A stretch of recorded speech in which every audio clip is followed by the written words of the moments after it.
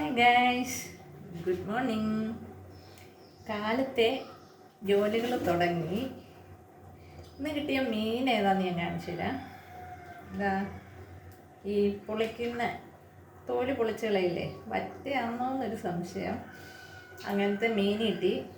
അപ്പം മീന് വേണ്ടിയ സജ്ജീകരണങ്ങൾ ചെയ്തുകൊണ്ടിരിക്കുകയാണ്. ഇഞ്ചി, വെളുത്തുള്ളി, കറിവേപ്പില. ഈ കറിവേപ്പില ഉണ്ടല്ലോ, എൻ്റെ അടുത്ത് എന്നെ കാണാൻ ഒരു ആൻറ്റി വരും കേട്ടോ. ആ ആൻറ്റിയുടെ വീട്ടിൽ കറിവേപ്പുണ്ട്. പക്ഷെ ഇപ്പം അതിൽ കുറവെന്ന് തോന്നുന്നില്ല. അതുകൊണ്ട് അവർ ഉള്ളതിനെ കൂട്ട്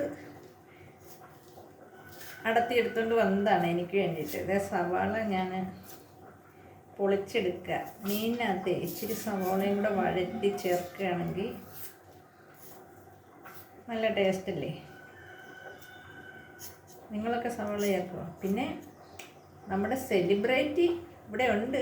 രാവിലെ ലീഷൊക്കെ ഊരി കളഞ്ഞിട്ട് നടക്കുകയാണ്. ലീഷ് എടുത്തുകൊണ്ട് വാന്ന് പറഞ്ഞതിന് ഒട്ടനെ ഓടിപ്പോയി സെറ്റിയുടെ അടിയിൽ കയറി കിടക്കുക.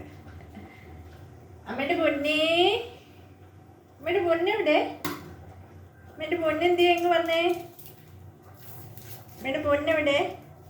ഷോ, എൻ്റെ കുഞ്ഞിനെ കണ്ടില്ല കേട്ടോ. എൻ്റെ കുഞ്ഞിനെ കണ്ടില്ലേ? എൻ്റെ കുഞ്ഞ് എവിടെയാണോ എന്തോ, ടെറസിൽ പോയായിരിക്കും. ടെറസിൽ പോയോ എന്തോ എൻ്റെ കുഞ്ഞ്. നിങ്ങൾ കണ്ടോ കൂട്ടുകാരെ എൻ്റെ കുഞ്ഞിന്? എൻ്റെ കുഞ്ഞ് എന്തേന്ന് ഞാൻ കണ്ടില്ല കേട്ടോ. എൻ്റെ കുഞ്ഞ് സെറ്റിയുടെ അടിയിൽ ഒളിച്ചിരിക്കുന്നു. കാണിച്ചു തരാം കൂട്ടുകാരെ, ഞാൻ കാണിച്ചു തരാം.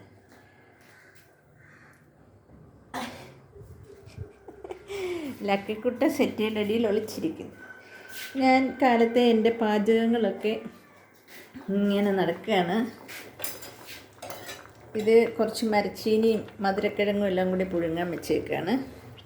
പിന്നെ ഒരു കാലത്തെ ഒരു രസം വെച്ചു. ഇത് ബ്ലാക്ക് കോഫി ഇട്ട് വെച്ചേക്കാണ്. പിന്നെ ഒരു വെണ്ടയ്ക്ക മെഴുക്ക് വെച്ചു. അങ്ങനെയൊക്കെ ജോലികളൊക്കെ കുറച്ച് കുറച്ചായിട്ട് നടന്നുകൊണ്ടിരിക്കുകയാണ്.